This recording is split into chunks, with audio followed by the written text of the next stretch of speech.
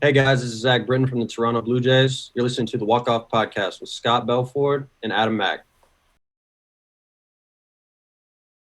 All right, we are so thrilled to be joined by today's guest, outfielder for the Toronto Blue Jays organization, Zach Britton. Welcome to the Walk Off, man. Thanks so much for joining us. I appreciate y'all. It's been a long time coming, but I'm glad to sit down and finally get to talk with y'all. Yeah, we've been working on this for a month. We're glad to have you on the show finally. Where are you right now? Are you down in Florida? Yeah, I'm in Dunedin right now. Actually in Clearwater in the hotel. We just got done working out today over at the PDC, and we've been at it for about a week and a half now. How's your first spring training with the Jays treating you? It's going really well.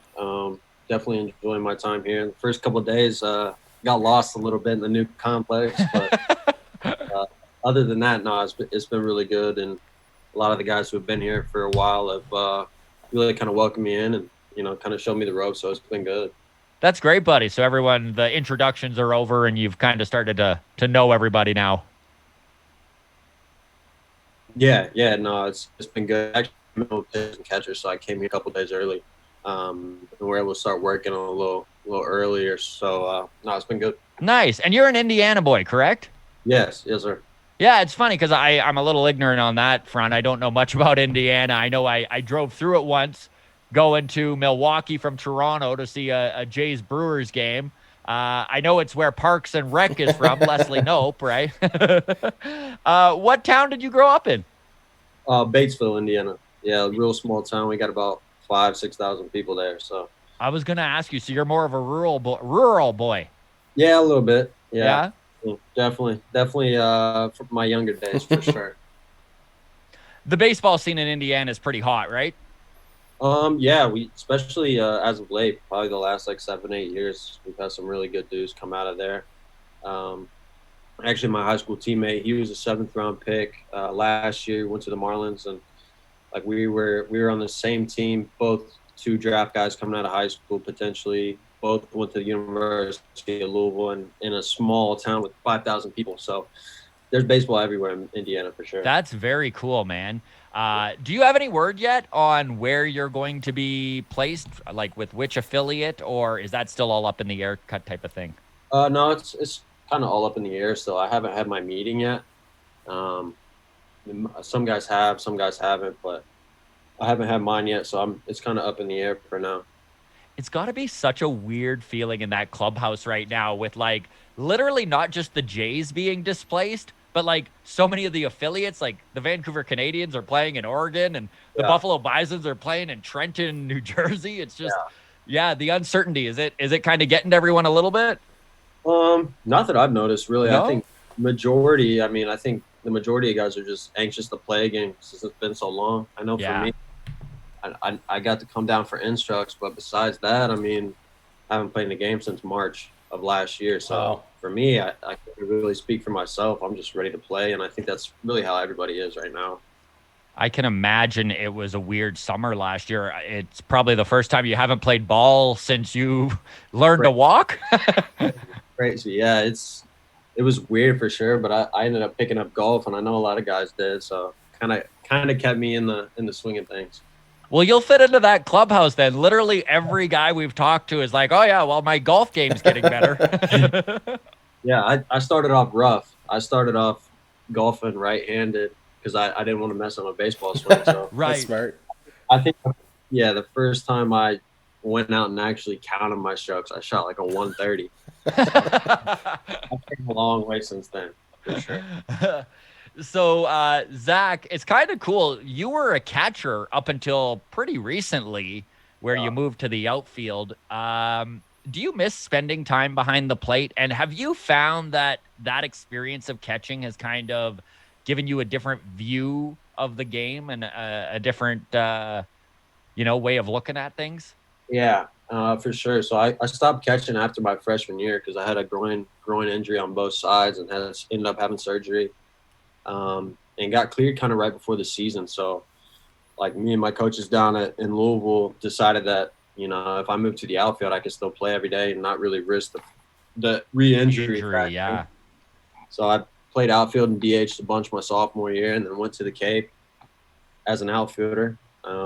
Played every day as an outfielder, and then came back, stayed in the outfield, and now I mean I'm working back at catcher some here and there, and Yeah, yeah, nice. yeah, I'm doing a little bit of both, and it's good to still have that work behind the plate for sure. Obviously, any positional change is a little tricky. Yeah. Are you feeling more comfortable out in the outfield? Yeah. I love it out there, especially after you catch a couple pins and you get to go out in the outfield and track a couple balls down. Yeah, it's You nice. don't see many outfielder catcher combinations. Usually it's like a first baseman catcher combo, so that's pretty cool. Yeah. Pretty cool. So you, Mr. Britton, and this is a little tidbit. I was going over some of your old stats here, and I guarantee that the listeners will enjoy this little bit.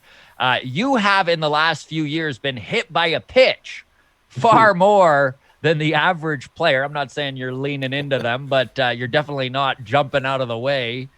Yeah. Is that something that as a ball player you just have or you don't? Like, is that something that you can kind of work on standing in there and just taking one every once in a while? Or is that just you do or you don't?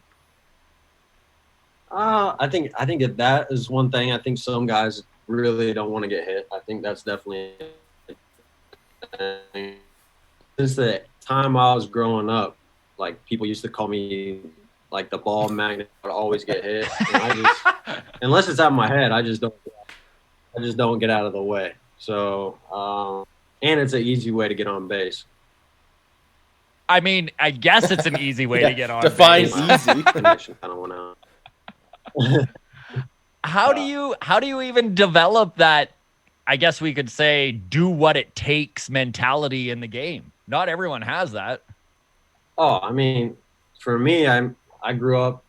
I had to work for everything. I wasn't the biggest guy. I wasn't the strongest guy. I wasn't the fastest guy. So that's always been my mentality. Is just whatever I got to do to help my team win, or you know, to do anything. I'll do anything to win. So that was always my mentality. It still is. I'll do anything to get better, anything to win. So that's the way I see it. If a ball comes at me, there's no way I'm getting out of the way. Especially in You faked a little move, but you still take it, eh?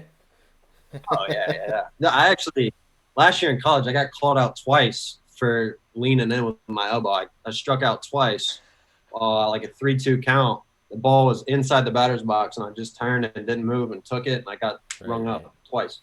Brutal. Wow. That's frustrating, eh? You're like, I take it and I still get called out? Come on. They need to change that rule for sure. So you're a lefty bat, which, is an attribute that if you can combine with power, you're just going to find a place on any team's roster type of thing. And you've always been a doubles guy, but recently you've added some pop. You're hitting some dingers now. And when you talk from a training standpoint, what are you doing to increase power? Is that just a muscle mass thing, or is that a swing mechanics? What were you focusing on? No, so it's funny because people always say the same exact thing. They say like you're a doubles gap the gap guy, but like ever since I was little, 12, 13 years old, I was always hitting the ball further than everybody on my team that was my age, and I've always done that. I've always had a lot of power, like in BP. Yeah. But I was kind of flat in the zone, so I had a little bit more of like a negative attack angle. So what that means is like my bat was coming in the zone, coming down. So it's hard to get the trajectory to hit home runs in a game. So that's why I would always hit line drives in the gap because my bat was so flat. I didn't have my bat wasn't in the zone for as long as it could be. So after I guess midway through my sophomore year, I kind of just changed my stance up a little bit. And kind of changed how my bat was coming through the zone and how long it was staying in the zone. And my power numbers definitely took off after that. So it was one of those everyone's favorite baseball buzzword of launch angle. Yeah. It's not so much like I didn't think about launch angle, but if you look at it, like in BP, my launch angle would be way higher than it was in a game. So my launch angles in a game were just low line drives. And I would hit the occasional home run if I got it out in front. But all my home runs were never wall scrapers. They were always way out. So that right there tells you I always had the power. Is just how can I keep my bat in the zone longer, impact the good part of the ball, and stay on it a little longer to get that trajectory. But wasn't so interesting. It's so interesting that mechanics have such a big part of it, Oh yeah. So we have talked to about a half a dozen pitchers in the Jays organization, and it's so funny how pitchers just like they feel so strong when they watch their velocity hit 97, 98, 99, like they get really jacked up about that. Is a home run, like is a deep home run, the equivalent to a hitter? I know exit velo, all the fans love to watch. Do you even care about that? Or are you more like, what gets you when you do something where you're like, that's right? For me, it's like I get a fastball middle away and like I spin it to left center pretty well and stay on it. Hit like that rising line drive that goes in the gap in left center. That for me feels the best. Obviously, the home runs and the long home runs that you can pimp and get the jog real slow around the bases. Those feel good, but definitely the backside double. Yeah. Just because it's a little trickier to get a hold of, eh? It's hard to do. Really hard to Yeah. do. So 2020, super weird year to be drafted. I mean, I guess you could just take the to be drafted off of that in general, and just 2020 has been a weird year. But the draft in particular was odd. It went from 40 rounds to 5, and you were drafted by the Jays in the 5th round. Mm-hmm. Buddy, that had to have been an emotional roller coaster. Did you know for sure the Jays were going to take you? Yeah, it was definitely very, very emotional. Long day, probably one of the longest days of my life. I remember I woke up at like 4 a.m. and went fishing with one of my boys, and I was getting calls all day and trying to figure out where I was going. It was crazy. Really long day. Yeah. But no, the Jays offered me to pick me in the 4th, and I thought I was going a few picks behind them. And that had kind of so I think my agent told him, no, wait till the 5th. Let's see if this, like, because we kind of had a deal with a couple teams after the Jays picking the 4th, and then they fell through for whatever reason.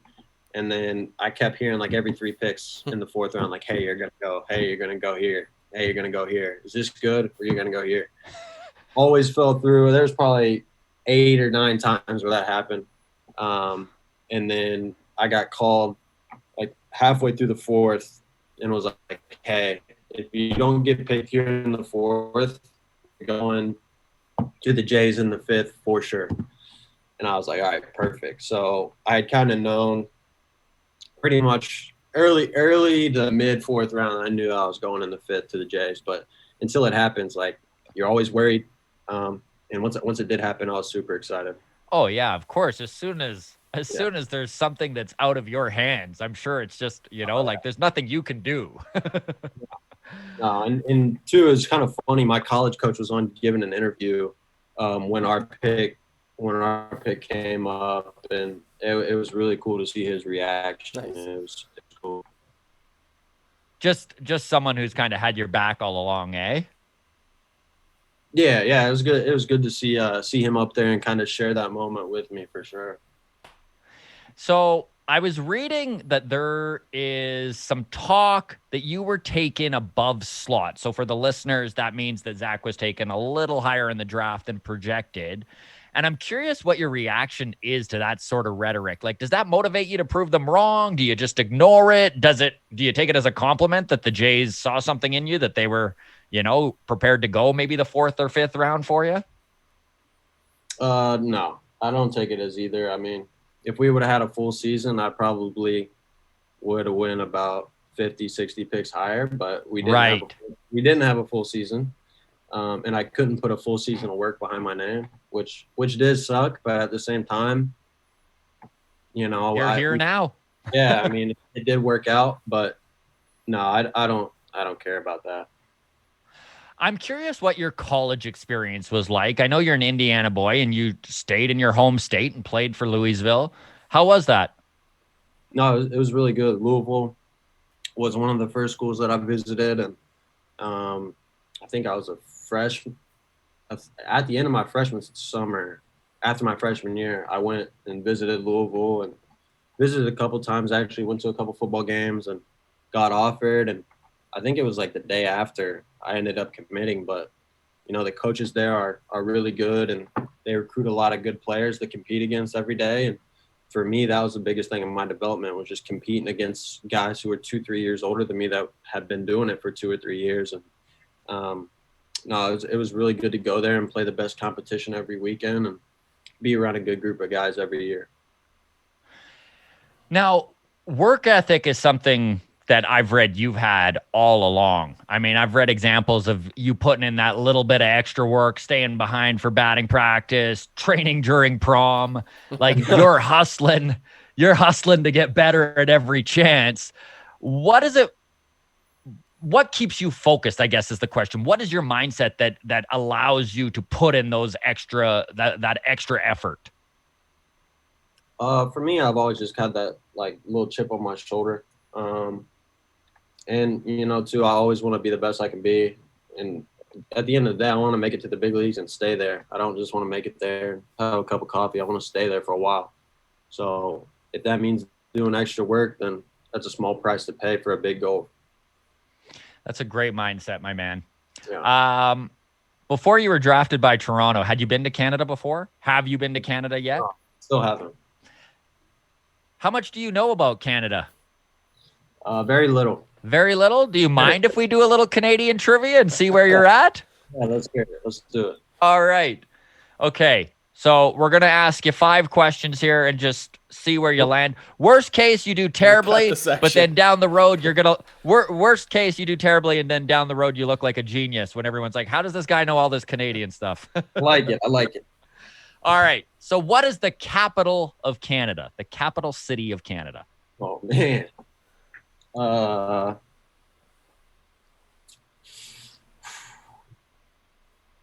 Quebec. Quebec. It is Ottawa. Yeah. There you go. So 0 for 1 here. Dang. Okay. What city is the NHL team the Oilers from? Edmund. Nailed it. Okay, one for 2 here. The stadium the Toronto Blue Jays play in is currently called Rogers Centre, but the old school Jays fans will always call it what? No clue. Skydome. All right. I was gonna say Skybox, but I thought I would be way off. All right. Now, you've already said this once, so it was the wrong answer at one point, but this is going to be the right answer this time. The Montreal Expos played in what province? Quebec? Yes, there you go. Nailed it. Dang, I thought that was a city. Follow up to that question. What is the name of the food that province is famous for that is cheese curds, French fries, and gravy?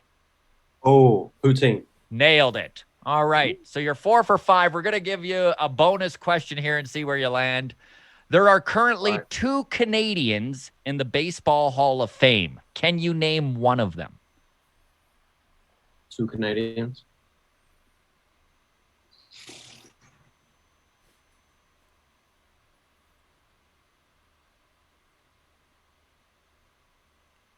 Is one a pitcher?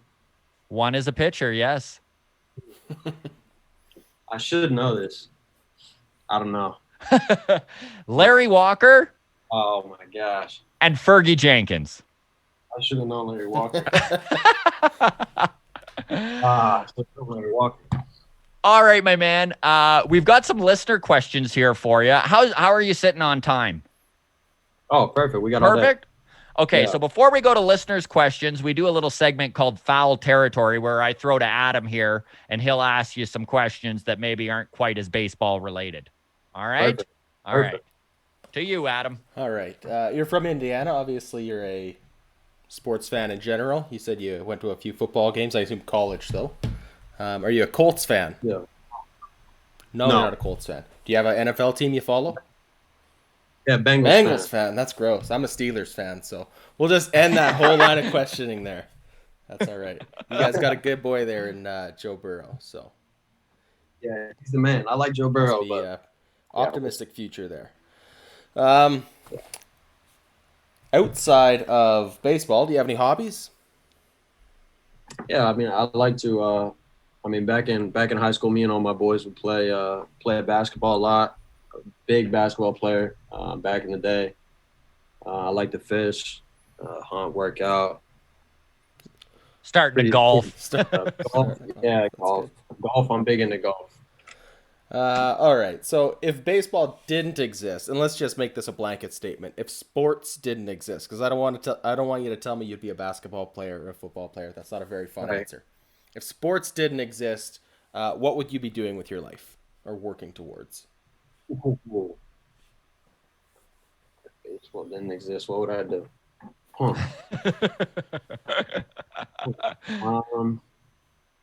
Probably be a strength and conditioning coach. Does that count as a sport? You're in a gray area, but we'll give it to you. Yeah. Actually, listen, athletic trainer. That doesn't work. Physical therapist. I like it. Good. All right. I love it. All right, so let's go back to baseball here now. Flash forward a few years. Everything in your career has gone right. You've just won the MVP, signed a big 10-year contract. What are the first 3 things you're going to buy? A house. My parents' house. Answer? And then I told my sister if I ever signed a big contract, I'd buy her a car. So I'll get my sister her car. That's what kind of car would your sister She's want? like, come on, Zach. I don't know. Knowing her, it probably wouldn't be too expensive. So. All right, cool. Last question for you. What's one piece of technology you couldn't live without? I mean, I guess the easy answer is phone, but I mean, I use my truck way more than I use my phone, so probably cars. That's a great answer. Fair enough. Okay, no, that's good. We'll throw back to Scott now for some listener questions. All right, my man. So this first question is from Brittany in Toronto. She says, hey, Zach, congrats on being drafted last summer. Did your phone blow up when it was announced the Jays drafted you? How many cousins you've never met reached out? I think when I looked at my phone, because me and my parents obviously talked a little bit, and a couple people called my parents that were close friends, but I got a call from Gil Kim, and I would say after I talked to him, I looked at my messages. I think I had like 330 messages. Wow. I'm talking in a span of like 4 or 5 minutes. Yeah, that's amazing, dude. That's so cool. Crazy. Everyone's rooting for you. Yeah, All your Indiana crew, eh? Probably like 250 of them. I didn't even have their numbers. So you're like, who are these people? All right. So your next question is from Drew in Vancouver. He says, hey, Zach, I hope you're playing ball with the Vancouver Canadians this summer so I can come see you, which, I mean, we already know they're in Oregon, so that's probably not a thing anyways. But your position when drafted says you're an outfielder. Do you play left, right, or center? And do you have a preference? I usually play either corner, but really I could play all 3. Yeah? Is there one you enjoy more? No, not really. I like all 3. I don't have a preference really. All right. The last question is from Jenna in Calgary. So that's in Alberta, just above Montana. And she says, hey, Zach, when you're on the road, what's your favorite meal to grab? Ooh. 2. Chipotle or Chick-fil-A for sure. Nice. Awesome. All right, buddy. Honestly, Zach, really appreciate you taking the time to chat with us, man. It means a lot. All the best to you in the upcoming year. Of course. Thank you, guys. I really appreciate it.